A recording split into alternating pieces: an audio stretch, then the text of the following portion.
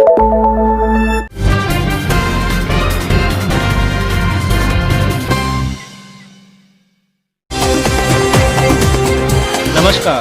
आप देख रहे हैं कोट न्यूज़ बुलेटिन। कोटपुतली में आज कोरोना के इतने केस सामने आए जैसे किसी हॉटस्पॉट एरिया में निकलते हैं। 3 केस बीडीएम अस्पताल में रजिस्टर्ड किए गए। इनमें एक विराटनगर का, एक बानसूर का और एक कोटपुतली तहसील का ही मामला था। इनमें से एक महिला है, ये प्रेग्नेंट थी और 2-3 दिन पहले इनका सिजेरियन ऑपरेशन हुआ है। इनका सैंपल जयपुर भेजा गया था, लेकिन उसकी जांच रिपोर्ट आज आई है। जबकि दूसरा मामला रैंडम सैंपलिंग का था। पीएमओ डॉक्टर केएल मीना ने बताया कि कोरोना मरीजों को निम्स अस्पताल भेजने की पॉलिसी में भी बदलाव किया गया है। अब एसिम्प्टोमेटिक पेशेंट यानी वे मरीज जिनमें आमतौर पर लक्षण नहीं दिखते, उन्हें बीडीएम में ही रखकर इलाज किया जा रहा है। जबकि पहले कोरोना पॉजिटिव होते ही सबको निम्स अस्पताल के डेडिकेटेड वार्ड में शिफ्ट कर दिया जाता था।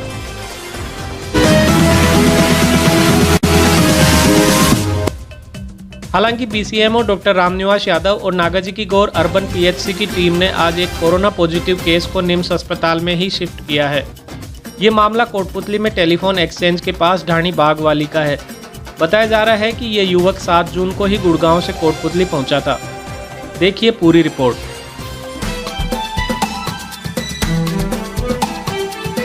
कोटपुतली के ढाणी बाग वाली में एक कोरोना पॉजिटिव डिटेक्ट हुआ है। स्वास्थ्य विभाग ने बताया कि ये गुड़गांव में रहता था और किराने का काम करता था। ये अभी 7 जून को ही कोटपुतली आया था और सीधे आते ही इसने बीडीएम हॉस्पिटल में जांच करवाई। जांच रिपोर्ट आज आई है। उसके बाद स्वास्थ्य विभाग की टीमें इसके घर पहुंची हैं। पॉजिटिव मरीज को फिलहाल निम्स अस्पताल में शिफ्ट कर दिया गया है और इसके जो क्लोज कॉन्टैक्ट में 5 लोग इसके परिवार के बताए जा रहे हैं, उनके सैंपल कल लिए जाएंगे। बीसीएमओ डॉक्टर रामनिवास यादव से कोट न्यूज़ ने बात की। उन्होंने बताया कि कल इनके क्लोज कॉन्टैक्ट में आए लोगों के सैंपल लिए जाएंगे और आगे की कार्रवाई की जाएगी। 7 तारीख को गुड़गांव से यहाँ आया था। ये गुड़गांव में कोई अपनी परचूनी की दुकान करता है। आते ही ये सीधा बीडीएम में गया है और वहीं इसका सैंपल लिया गया था। सैंपल लेने के बाद आज ये पॉजिटिव आया है। वो पॉजिटिव आते ही इसको तो इलाज के लिए निम्स में भिजवा दिया गया है और इसके जो कांटेक्ट में आए हुए 5 व्यक्ति हैं, उनका कल सैंपल लेके उनकी जांच करवाने के लिए जयपुर भेज देंगे। कंडीशन उसकी अभी ठीक है, कोई साइन सिम्टम है नहीं। एज ए रूटीन सेफ्टी के लिए उसको इलाज है तो भिजवाया गया। कोट न्यूज़ आपसे अपील करता है कि सतर्क रहें, साफ सफाई का ध्यान रखें और सोशल डिस्टेंसिंग का पालन करें। कोट न्यूज़ के लिए महेंद्र सैनी की रिपोर्ट।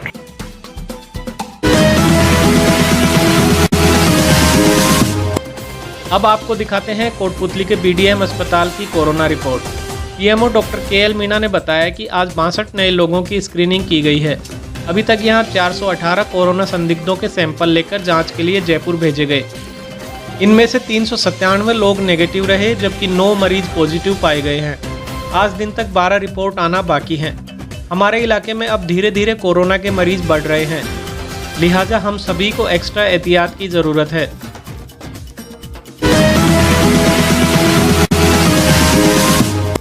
मार्च से ही कोरोना के कहर और लॉकडाउन ने हर आम और खास को बड़े रूप में प्रभावित किया है। देव सोने से पहले शादी का बड़ा सीजन बिना धूम धड़ाके ही खत्म हो रहा है। सबसे ज़्यादा मार पड़ी है बैंड बाजे वालों पर। ये लोग रोज़ाना कमाकर खाने वाले आदमी हैं, लेकिन लॉकडाउन ने इनकी कमर तोड़ दी है। हालांकि इनके रोज़मर्रा के खर्चे, कारीगरों की तनख्वाह और रियाज लगातार जारी है। देखिए कोट न्यूज़ संवाददाता महेंद्र सैनी की report.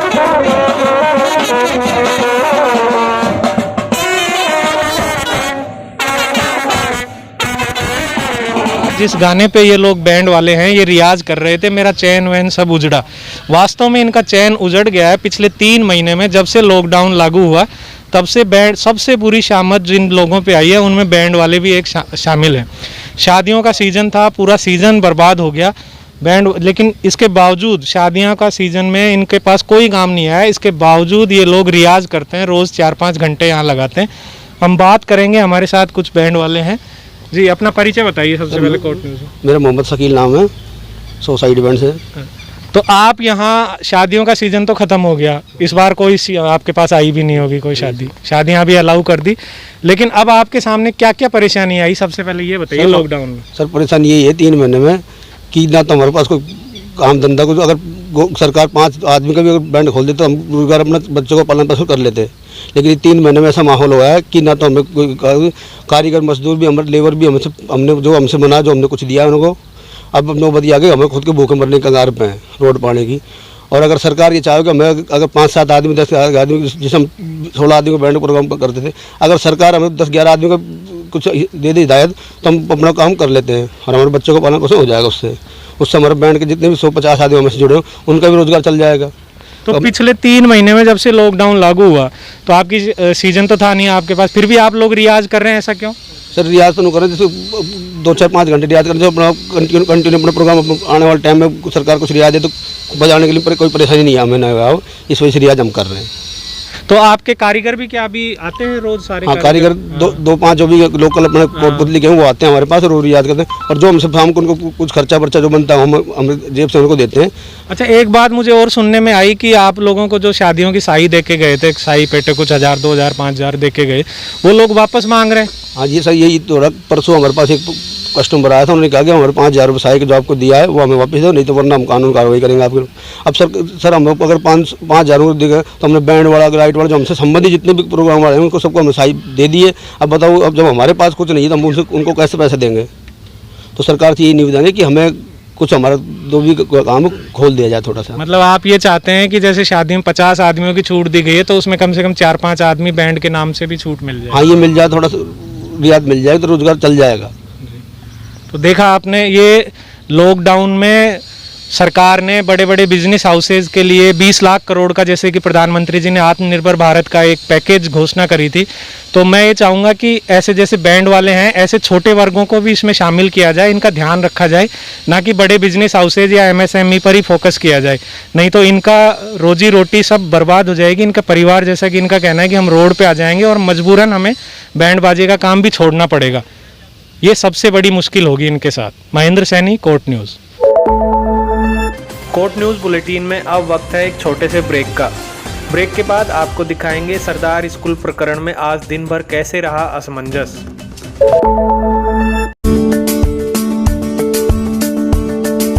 13 acres campus, more than 1200 students, 150 plus teachers and staff, state-of-the-art classrooms, classroom coaching for NEET, JEE. My aim of life is to become a nuclear scientist. Activity room, I will join the army. art room, I want to be an artist. music room, I want to become a musician. modernized laboratories, dedicated cricket stadium and 4 practice pitches, fully air-conditioned girls and boys hostel, 23 buses for day scholars adjacent to NCR. We are the Rajasthan International School, Kotputli. Online admissions are open. Please visit www.therajasthanschool.edu.in.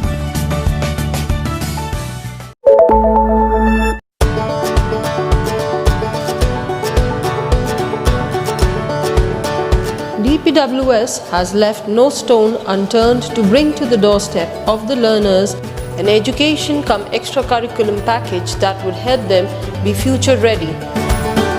DPWS provides world-class sports facilities like half Olympic-sized swimming pool, state-of-the-art badminton and basketball courts, skating rink. The school has GPRS-fitted buses. The school has blended learning with smart class facilities in each classroom. The music and instrumental classes have the latest technology. Children are taught guitar, congo, tabla, harmonium, and the list is endless. The art and craft classes help the children develop imagination and dexterity. The staff is highly experienced and well qualified to teach and impart knowledge to the 21st century learners.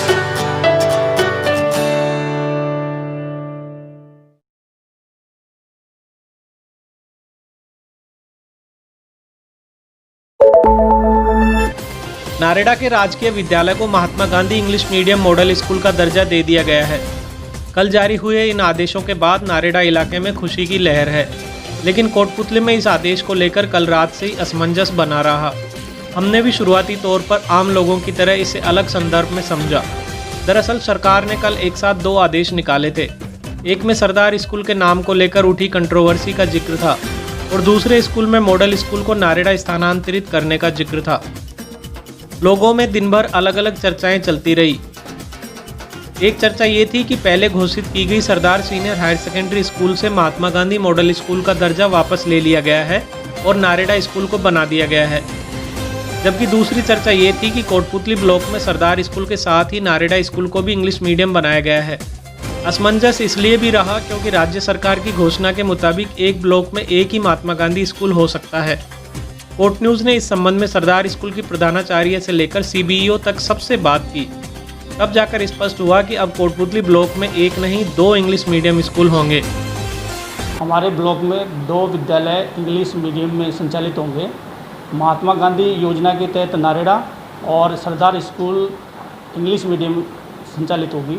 इसमें सरदार school का नाम सरदार school ही रहेगा। दरअसल सरदार school को जब से Mahatma Gandhi model school बनाने की घोषणा की गई थी, तब से ही सोशल मीडिया में इसके नए नाम को लेकर परस्पर विरोध की बातें चल रही थी।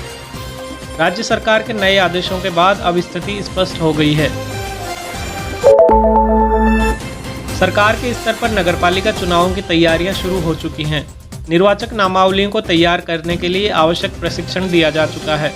सोमवार को ही सरदार स्कूल में यह प्रशिक्षण शिविर पूरा हुआ है। उपखंड अधिकारी नानूराम सैनी ने बताया कि कोटपुतली में अब 40 वार्डों पर चुनाव होंगे। इन वार्डों को 5 पर्यवेक्षक सर्किलों में बांटा गया है। प्रत्येक वार्ड में एक प्रगणक नियुक्त किया गया है। 20 जुलाई तक मतदाता सूचियों को अपडेट कर प्रकाशित कराया जाएगा।